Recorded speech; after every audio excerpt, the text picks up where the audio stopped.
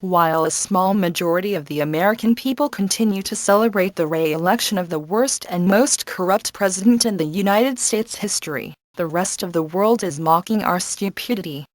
Looking from the outside, they see how Obama has constantly lied to the American people. They also see him for what he really is, a communist.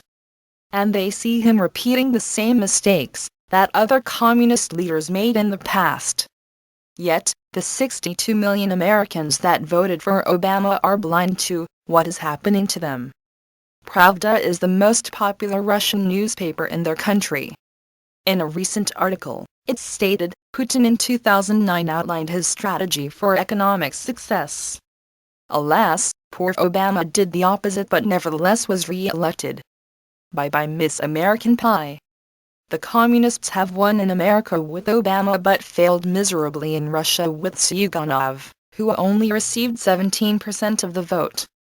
Vladimir Putin was re-elected as president, keeping the NWO order out of Russia, while America continues to repeat the Soviet mistake. After Obama was elected in his first term as president, the then Prime Minister of Russia, Vladimir Putin, gave a speech at the World Economic Forum in Davos, Switzerland in January of 2009.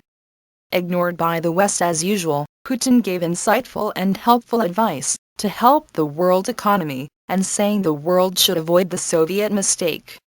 Recently, Obama has been re-elected for a second term by an illiterate society, and he is ready to continue his lies of less taxes while he raises them. He gives speeches of peace and love in the world, while he promotes wars, as he did in Egypt, Libya and Syria. He plans his next wars with Iran, as he fires or demotes his generals, who get in the way. Obama even keeps the war going along the Mexican border with projects like Fast and Furious, and there is still no sign of ending it. He is a communist without question, promoting the Communist Manifesto without calling it so. How shrewd he is in America. His cult of personality mesmerizes those who cannot go beyond their ignorance. They will continue to follow him like those fools who still praise Lenin and Stalin in Russia. Obama's fools and Stalin's fools share the same drink of illusion. President Vladimir Putin could never have imagined anyone so ignorant or so willing to destroy their people like Obama, much less seeing millions vote for someone like Obama. They read history in America, don't they? Alas, the schools in the United States were conquered by the communists long ago, and history was revised, thus paving the way for their communist presidents. Obama has bailed out those businesses that voted for him, and increased the debt to over $16 trillion with an ever-increasing unemployment rate, especially among blacks and other minorities. All the while promoting his agenda. Russia lost its civil war with the Reds, and millions suffered torture and death for almost 75 years under the tyranny of the United Soviet Socialist Republic. Russians survived with a new and stronger faith in God and the ever-growing Christian Church. The question is, how long will the once land of the free remain the United Socialist States of America? Their suffering has only begun. Bye-bye Miss American Pie. I'm not sure I could put it any more clear and succinct as did this Russian columnist.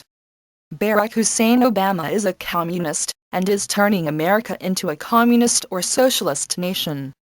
He is following the teachings of people like Stalin and Lenin, whose ideas destroyed their nation, and led to its eventual downfall. Instead of learning from the past, Obama seems destined to repeat it. If you want to see what America will be like in the near future, just look at the former Soviet Union, before glasnost and the influence of Western culture. Look at the bleak images of people standing in line, hoping to be able to get a loaf of bread and some milk. Look at the factories and sweatshops, and at the same time notice how few small stores there are. Look at their entertainment, which consisted of a few state-run television and radio stations. Look at the loss of all personal freedoms and dignity. Look at a people that are depressed because they are oppressed, and you will be seeing us in the not-too-distant future. Yeah, I have to agree. Obama was re-elected by a truly illiterate society.